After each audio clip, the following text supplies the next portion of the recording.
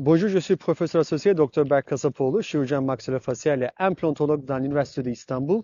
Je suis également inscrit sur la liste de notoriété médicale du Consulat de France à Istanbul, ce qui permet aux patients francophones d'avoir un repère clair et sûr.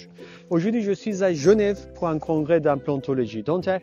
Avant tout, j'aimerais dire une chose importante. Dans la dentisterie, ce qui compte vraiment, ce n'est pas seulement le sourire avec lequel vous quittez la clinique, mais la durabilité des restaurations que vous emportez avec vous. Une restauration réussie doit pouvoir rester en bouche au moins 15 à 20 ans, à condition qu'elle soit faite selon une indication correcte et avec des matériaux adaptés. Parlons maintenant des différences entre couronne en zircone et facettes dentaires. La couronne en zircone recouvre le dent dans sa totalité. Cela veut dire que le dent est préparé en 3 dimensions, puis entièrement enveloppé par le couronne. La facette dentaire, elle ne touche qu'à la surface visible de la dent.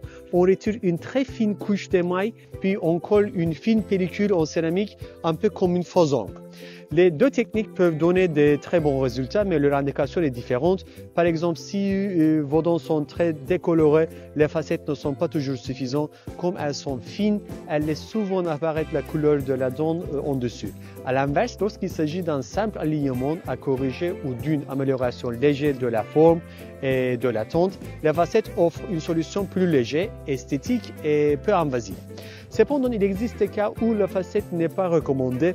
Si vos dents du haut et du bas se touchent directement en position fermée, ce qu'on appelle un contact tête-à-tête, ou si vous serrez ou grincez souvent des dents dans la nuit, la facette risque de se fissurer ou de se décoller avec le temps, même si au début tout semble parfait. Les couronnes en zircone, elles, sont plus adaptées quand les dents sont déjà abîmées, très restaurées, usées ou mal alignées. Leur résistance mécanique est supérieure et elles permettent de redonner à la dent une forme et une fonction plus complète.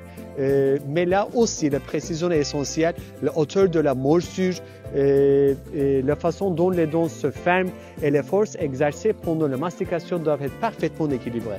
Sinon, le patient peut ressentir une gêne, des douleurs à l'articulation ou même une sensibilité sous la couronne. C'est pourquoi nous utilisons aujourd'hui des empreintes et des mesures numériques pour garantir un ajustement très précis, une occlusion équilibrée. Un dernier point, si vous fumez beaucoup ou si votre hygiène bucco-dentaire n'est pas optimale, les facettes peuvent présenter une ligne de coloration au niveau du bord collé après quelques mois. Ce n'est pas une faute de fabrication, mais une conséquence directe de ces facteurs. En résumé, les facettes dentaires sont idéales pour des cas simples, esthétiques et légers. Les couronnes en zircone sont plus indiquées lorsque les dents sont fragiles, délabrées ou soumises à des fortes forces masticatoires. Mais dans tous les cas, la bonne décision doit se prendre directement avec les chirurgiens, pas avec un interprète ou un commercial. Ne versez jamais d'acompte avant d'avoir consulté un praticien qualifié et demandez toujours à voir le plan de traitement. Et n'oubliez pas, la qualité du résultat dépend autant du dentiste et que du laboratoire qui fabrique les pièces. Ces restaurations sont faites au micron près et doivent résister à de fortes pressions chaque jour. Mon but à travers cette vidéo est de vous informer pour que votre choix soit éclairé, durable et adapté à votre bouche.